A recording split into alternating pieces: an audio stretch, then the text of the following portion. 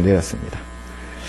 여러분, 우리가 하루하루를 살아가고 여러 가지 삶 가운데서 하나님이 주시는 말씀을 붙잡고 살아가는 것은 정말 중요한 것 같습니다. 특별히 혹시 여러분 중에 여행을 좋아하시는 분들이 있습니까? 저는 정적이라서 여행을 별로 안 좋아하는데, 여행을 좋아하시는 분들 보면 여행을 가는데도 두 가지 타입이 있습니다. 어떤 부류는 여행을 아주 꼼꼼하게 준비하는 분들이 있습니다. 그러니까 언제 어디를 갈지를 계획을 아주 철두철미하게 세웁니다. 그날 계획도, 그러니까 타임테이블 시간을 딱딱 맞춰서 몇 시에 어디, 그러니까 코스를 정확하게 다 그려서, 동선을 그려서 여행을 가는 사람이 있습니다. 근데 어떤 사람은 그냥 배낭 하나 울러매고 바람처럼 휙 떠나는 사람들이 있습니다. 두 부류의 사람인데, 저는 전자에 해당합니다. 저는 계획이 없으면 절대 떠나지 않습니다. 제가 고1 올라가는 겨울방학 때 친구들이 전화가 왔습니다. 부산에 놀러 가자. 그래서 제가 물었습니다. 부산 어디를 갈 건데? 회비가 얼마냐? 뭐 하고 놀 거냐? 물었는데 친구가 하는 말이 그냥 가자, 이런 겁니다. 그래서 제가 한 말이 니 나가라. 나는 안 간다. 끊어버렸습니다. 그리고 친구들만 갔습니다. 저는 항상 안전빵, 무조건 계획되어 있고 뭔가 안전한 것만 추구하는 스타일입니다. 그런데 여러분, 오늘 본문에 보면 아브라함은 제가 가장 싫어하는 부류의 스타일입니다. 어떻게 보면 아무 계획 없이 무작정 떠나는 스타일로 보입니다. 근데 여러분, 오늘 본문을 한 문장으로 요약하자면 이렇게 됩니다. 하나님이 떠나라고 말씀하셨고 아브라함은 떠났다. 이 결론입니다. 이것만 알면 끝입니다. 근데 여러분, 이렇게 하면 설교가 너무 짧으니까 조금 더 설교를 하겠습니다. 여러분, 우리가 인생을 살아갈 때에 하나님께서 우리에게 뭔가를 요구하실 때가 있습니다. 말씀하실 때가 있습니다. 근데 문제는 뭐냐면 하나님께서 나에게 주신 그 말씀이 내가 처한 상황과 맞지 않을 때가 있습니다. 그럴 때 우리는 고민하고 어떻게 해야 될지를 선택하기 위해서 밤잠을 설치기도 합니다. 여러분, 오늘 본문에 보면 아브라함에게 하나님께서 어느 날 찾아오셔서 하란을 떠나라고 말합니다. 그냥 여행을 위해서 떠나거나 잠시 어디를 가는 거라면 상관이 없지만, 하나님께서 하란을 떠나라고 하신 것은 지금으로 치자면 이민을 가라는 것과 똑같습니다. 고향과 친척과 아버지의 집을 떠나서 내가 너에게 지시할 땅으로, 너에게 보여줄 땅으로 가라는 겁니다. 근데 여러분, 아브라함 당시의 시대는 시족 문화입니다. 쉽게 말하면 한 집안이, 쉽게 말하면 이제 일가 친척이 모여서 한 마을을 이루어서, 공동체를 이루어서 사는 시대가 바로 이때였다는 겁니다. 여러분, 마을 공동체를, 친척들, 한 집안 식구가 마을을 이루는 것은 어떤 의미냐면 서로 돕고, 그리고 어려운 문제가 있을 때 아니면 외부의 위협으로부터 서로 지켜주는 의미가 있습니다. 그래서 여러분, 옛날에는 마을을 벗어나지 않습니다. 고향을 잘 떠나지 않습니다. 왜냐하면 고향을 떠나면 여러 가지 어려움들이 있습니다. 믿을 만한 사람이 없습니다. 그 누구 하나 내 마음 같지 않습니다. 가족같이 자기를 챙겨주고 도와주는 사람이 아무도 없다는 겁니다. 그런데 하나님께서 아브라함에게 찾아오셔서 떠나라는 겁니다. 여러분, 아브라함이 이번이 처음이 아닙니다. 그 전에 자기 아버지 데라가 아브라함과 함께 원래 고향인 우르에서 가나안 땅으로 가려고 하다가 하란에 정착했습니다. 한 번 고향을 떠난 경험이 있습니다. 여러분, 고향을 떠나서 타지에서 정착한다는 것은 정말 힘들고 어려운 것입니다. 특별히 이민 가서 정착하신 분들의 이야기를 들어보면, 사연을 들어보면 정말 눈물 없이는 듣기 힘든 사연들이 많이 있습니다. 사기를 당한 것들도 있고, 내가 원했던 대로, 내가 계획했던 대로 되지 않아서 사업이 망한 적도 있고, 정말 듣고 있으면 마음이 짠한 그런 경우들이 있습니다. 여러분, 아브라함도 그렇지 않았을까요? 고향을 떠나서 하란에서 정착하기까지 그리 쉽지는 않은 상황이었을 것입니다. 그렇게 편한 시간은 아니었을 것입니다. 근데 여러분, 어찌했든 간에 지금 하란에서 어느 정도 정착을 했습니다. 좀 편안하게, 이제는 좀 편하게 지내볼 만한데, 그런데 하나님께서 어느 날 찾아오셔서 떠나라는 겁니다. 난데없이 떠나라고 합니다. 여러분, 이 상황에서 아브라함이 어떠했을까요? 여러분, 하나님께서 우리에게 떠나라, 우리에게 어떤 무리한 요구, 지금의 상황과 맞지 않은 어떤 요구를 할 때에는 우리는 고민하게 됩니다. 순종해야 될까? 아니면 핑계거리를 찾아볼까? 둘 중에 하나를 선택하게 됩니다. 여러분, 아브라함이 처한 상황을 보면 여러 가지 핑계를 댈 만한 것들이 많이 있습니다. 여러 가지로 핑계를 댈 수 있습니다. 하나님, 제가 이제 막 정착을 했는데 뭔가 좀 제대로 하고 가면 안 될까요? 뭔가 좀 더 이룩하고 뭔가 좀 누리고, 조금이라도 내가 뭐 이때까지 이룩한 거를 누리고 좀 성공한 걸 좀 누리다가 가면 안 될까요? 핑계를 댈 수도 있습니다. 그리고 여러분, 아브라함의 나이가 지금 몇 살입니까?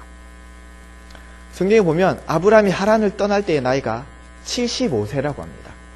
물론 이때 당시에 평균 나이가 150세를 넘어갑니다. 200살도 살았습니다. 그렇게 보면 75세는 그냥 청년이겠거니라고 생각할 수도 있습니다. 근데 여러분, 75세가 과연 청년이었을까요? 뒤에 보면 아브라함이 100세에 이삭을 낳습니다. 근데 여러분, 그 표현을 보면 성경이 뭐라고 말하냐면 그가 노년에 이삭을 얻었다라고 말합니다. 100세가 노년이라고 말합니다. 그러면 여러분, 100세가 노년이면 75세는 장년일까요?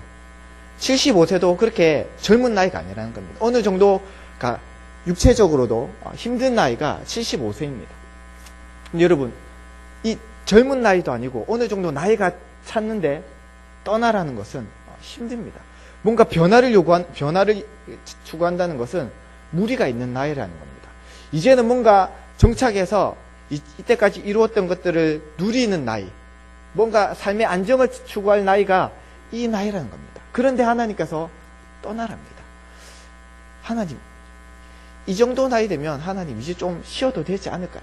이렇게 핑계를 댈 수도 있는 나이라는 겁니다. 그런데 여러분, 하나님은 아브라함에게 떠나라고 말합니다. 여러분, 그런데 가장 큰 문제가 하나 더 있습니다.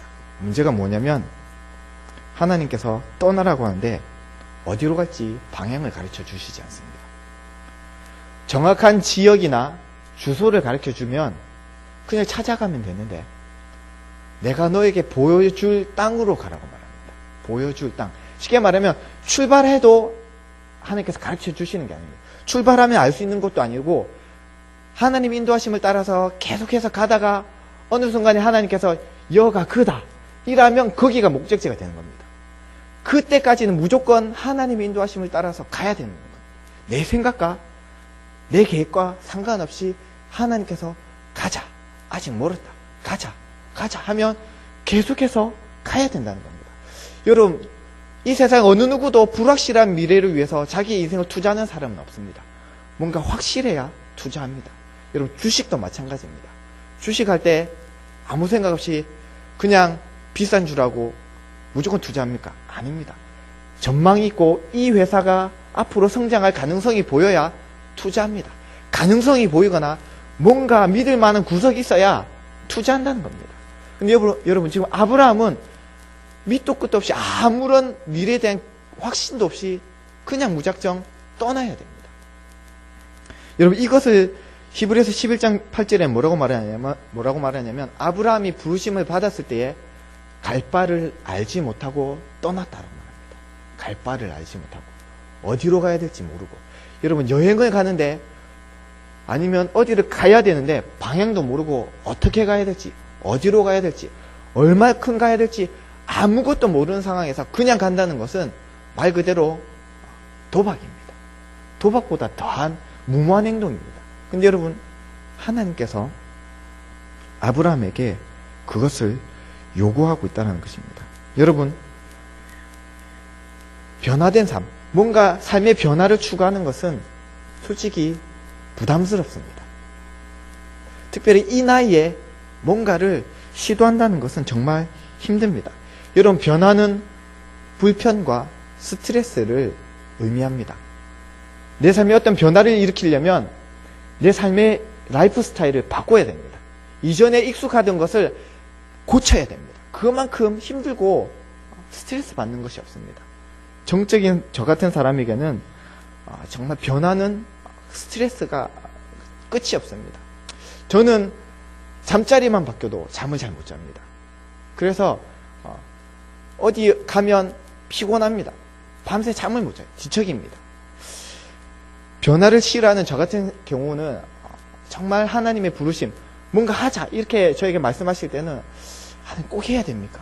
항상 이렇게 먼저 이야기를 합니다.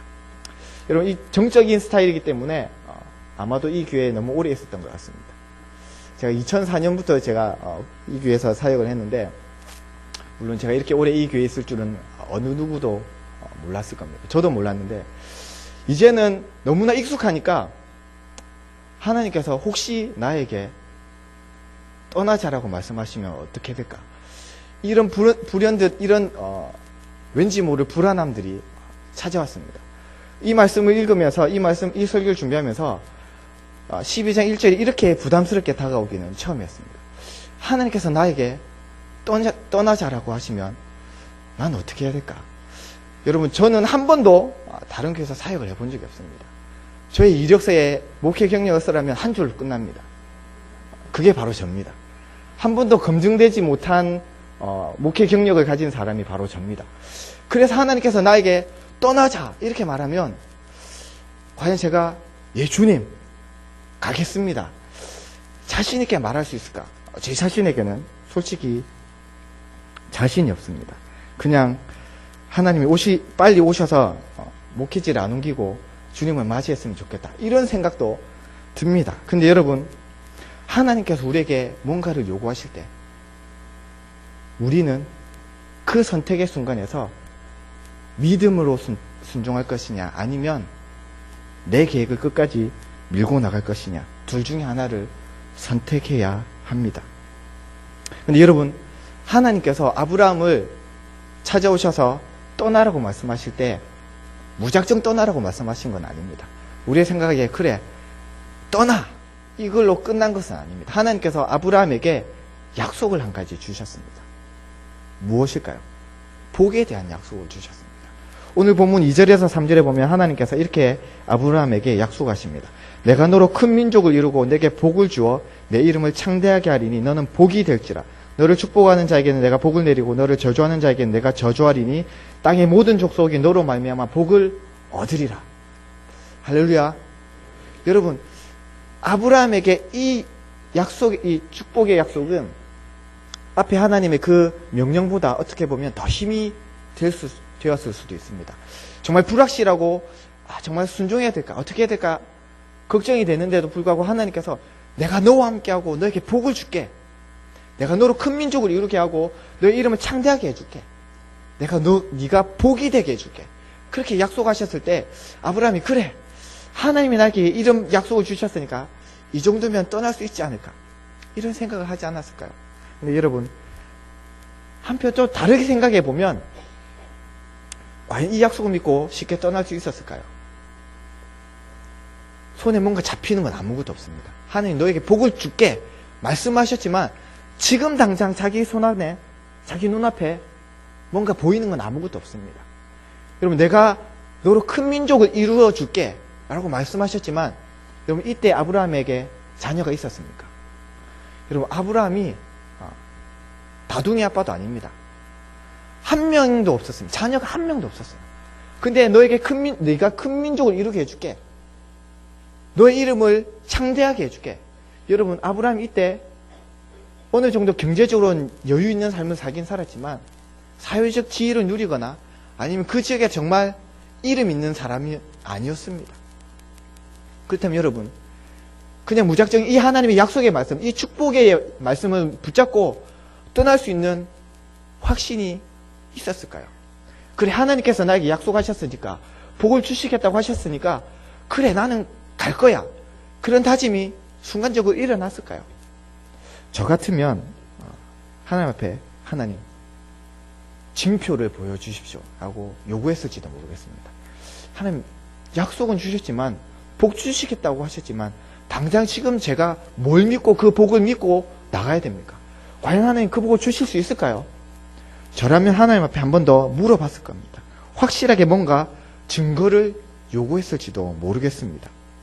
근데 여러분, 오늘 본문 4절에 보면 아브라함이 뭐라고 말합니까? 여호와의 말씀을 따라갔다라고 말합니다. 눈에 보이는 건 아무것도 없습니다. 그냥 하나님의 약속 하나 붙잡고 그냥 출발한 겁니다. 어떻게 보면 무모합니다. 여러분, 하나님이 나에게 말씀해 주셨다고 모든 걸 다 팽개치고 순종할 자신이 있습니까? 여러분의 그런 믿음이 있습니까? 하나님께서 여러분에게 어떤 말씀을 주셨을 때 그 말씀이 하나님이 나에게 주신 말씀이다. 그래, 이 말씀대로 순종하면 하나님께서 나에게 복을 주실 거야. 믿고 계산하지 않고 그대로 순종할 자신이 여러분에게 있느냐라는 말씀입니다. 저는 자신이 없습니다. 뭔가 증거가 뭔가 눈앞에 보여지지 않는 이상은 믿고 나갈 만한 자신이 없습니다. 근데 여러분, 5절에 보면 아브라함이 마침내 가나안 땅에 들어갔다라고 기록하고 있습니다. 여러분, 하나님께서 그에게 내게 보여줄 땅으로 가라고 하셨는데 결국 5절에 보면 마침내 하나님께서 약속하신 그 가나안 땅으로 아브라함이 들어갔다는 것입니다. 여러분, 하나님은 약속에 신실하신 분이십니다. 하나님이 약속하신 그 말씀대로 이루시는 능력의 하나님이시라는 것입니다. 여러분, 사도 바울은 빌립보서 1장 6절에서 이렇게 말씀합니다. 너희 안에 착한 일을 시작하시니까 그리스도 예수의 날까지 능히 이루실 줄 우리가 확신하노라.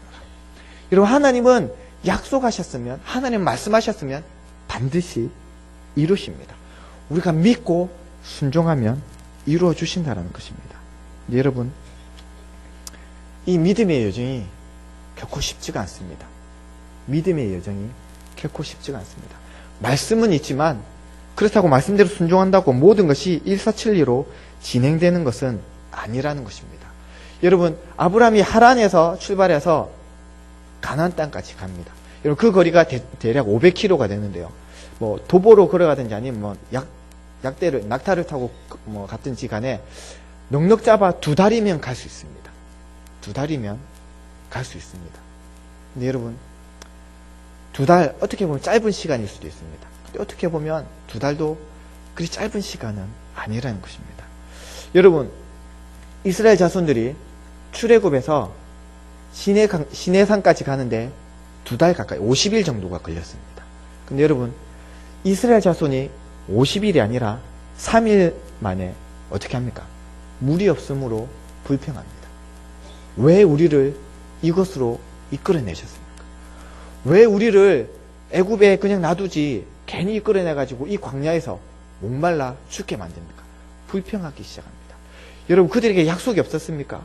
그들에게도 분명히 하나님의 약속의 말씀이 있었습니다. 내가 너에게 약속한 그 가나안 땅을 주겠다라고 하나님께서 분명히 약속하셨습니다. 그런데 여러분, 그들이 3일 만에 불평하고 하나님의 말씀에서 돌아섰습니다. 왜 그랬을까요? 그들이 말씀을 붙잡은 것이 아니라 환경을 바라보았기 때문이라는 것입니다. 여러분, 믿음이 없으면, 말씀을 붙잡지 않으면 하루가 아니면 이틀이 가도 끝내는 불평하게 됩니다. 말씀에서 떠나게 됩니다. 믿음에서 떠나게 된다는 것입니다. 사랑하는 성도 여러분, 기간이 중요한 것이 아니라 내가 말씀대로 말씀에 서 있느냐, 서 있지 않느냐가 중요하다는 것입니다. 여러분, 예수님께서 예수님의 제자들을 부르실 때, 특별히 베드로와 야고보, 요한을 부르실 때에 그들이 즉시로 순종하고 배와 그물을 버려두고 예수님을 따라갔다고 말합니다. 여러분, 그들은 계산하지 않았습니다.